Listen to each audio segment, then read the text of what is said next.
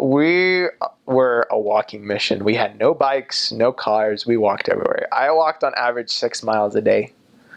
I was fine with that. I enjoyed it. I actually miss it nowadays, not being able to walk everywhere. But for a good 6 months of my mission, they had motorbike taxis that we'd be able to take. They changed the laws there, so two people couldn't be on one anymore. But those were fun. You had to, call a motorbike guy over, tell him where you're going, and then you had to bargain for the price. Everything is bartered. He's like, hey, how much for this? How much will you take me? It's like, well, how much are you willing to spend? And you just have to barter back and forth. It reminded me of Pawn Stars from History Channel. You're just arguing over the price. I got pretty good at it. I got pretty good. Some people struggled. I struggled for a long time, actually. But if it's out on the street, you barter for it. Sometimes, though, like when it comes to like food, often, it's already so cheap, and like I would feel guilty like if you argued and kind of fought over the price, and mostly like when it was some prices, it was just a generally accepted. This is the amount you pay, so you pay it. You did occasionally have supermarkets, which was like, oh my gosh, there's AC, there's electricity, there's white people, there's Pop-Tarts that cost $5, and that's, for a missionary, that's a lot. You're just like, oh my gosh, $5 for this, it's totally worth it, and you buy it anyway.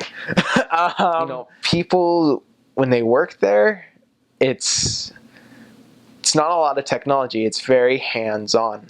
I taught and helped convert a man. He's one of my favorite converts that I ever taught. He was a pot maker, and literally what they would do is they would go around and get old car parts, and they would melt down the metal, and then they would take dirt and clay and they would make a mold, and then they would pour this melted down car parts into the mold to create these cooking pots. And I went there with one of my companions for a preparation day activity. We just went and he taught us how to make pots. He said, you taught me the gospel, I'll teach you how to make pots. And it was so fun, but it was so hard. It was so hard because there's just so much, just all these little techniques that they have. And it's very rough. It's very rough, but you can tell that it's handmade. And that's how they do everything. You wash by hand. You plant, you weed. Weeding was fun. I was one of the missionaries that got a hold of machete on my mission, and that's how they cut their grass. The grass just grows so tall that you take a machete and you just cut the bottom of it, and that's your lawnmower basically.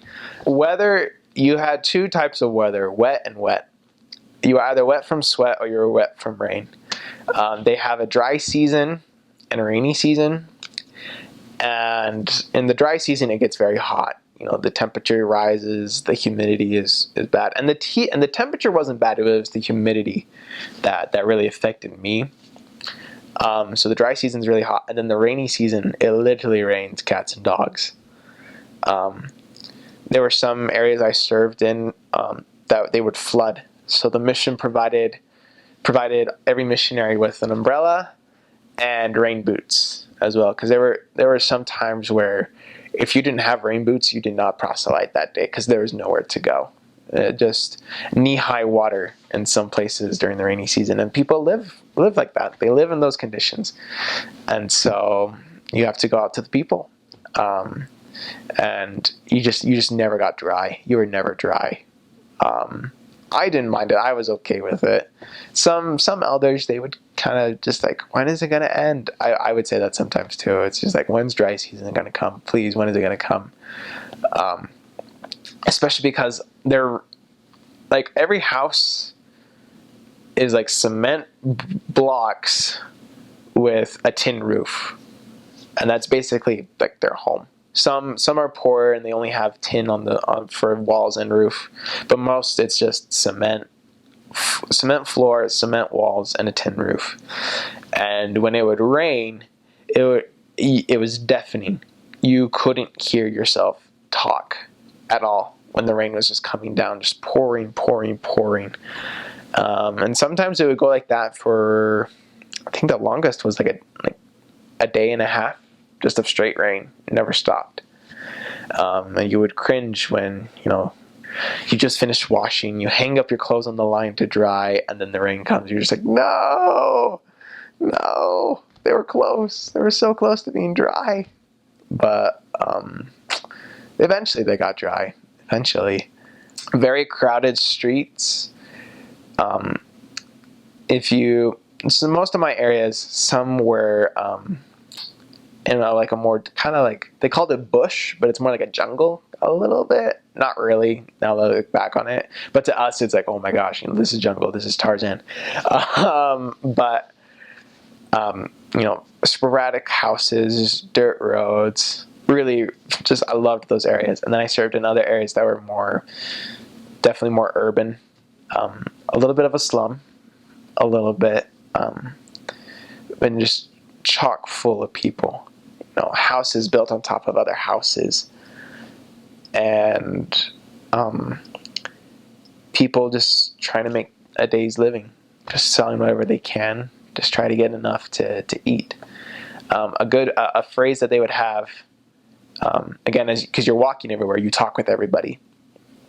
You say hello, how are you, and a common response is, oh, we tell God thank you. We thank Him for this, and that's just very common. They understand, oh, we thank God. I get to live this day, or He's giving me something to eat. I'm good. Life is great. Very eye-opening experience.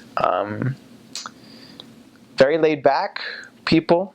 You'd expect kind of more in an urban setting. People are very fast-paced, but no, very, very kind of laid back. There was a difference between the more rural areas versus the urban areas. There was a difference, but compared to here, they're all very laid back, easygoing people. Liberia was actually colonized by freed American slaves. That's why if you look at their flag, it's very similar to America's flag. Their capital city, Monrovia, is named after President Monroe, because he was the president that sent them over there. So they want to be America. That is their ultimate goal, is to become America. And Liberia used to be known as the Little America. It was the breadbasket of West Africa until their civil war. And it basically got to the point where, it's easier to just destroy it and let it die than it is to rebuild it. So you have a lot of, you still see a lot of bullet holes in a lot of places. It feels war ravaged. But at the same time, it's growing. They're starting to rebuild and starting to do these different things. So many cell phones.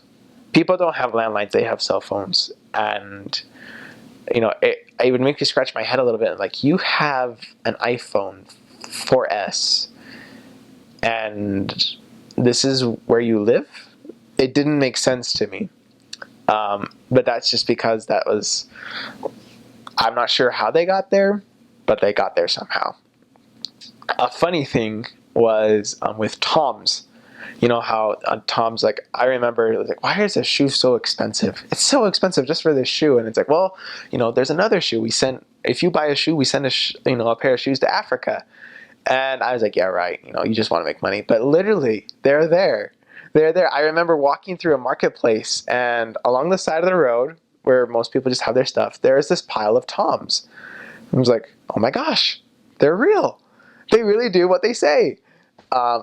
And of course, on the inside, it says not for resale, but of course, they're selling them, trying to make their daily living. And so I thought it was kind of comical. That way, you're just oh, okay. Internet is very, very slow. Very slow. So there were some times where, your whole hour that you're allowed to email is spent just emailing your mission president.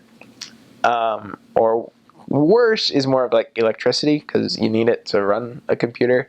That was not reliable at all. You'd be in the middle of emailing, and then all of a sudden the generator goes out or power goes out and you lose everything. You're just no, I have to start over again. It made my mom freak out a little bit if she didn't receive an email, but I'd come back the next week. It's don't worry about it. I'm good. I'm safe. I'm happy. Everything's grand in Liberia. I guess in summary, Monrovia is it's a city. It's worn down. It's war torn. but it's in the reconstruction phase.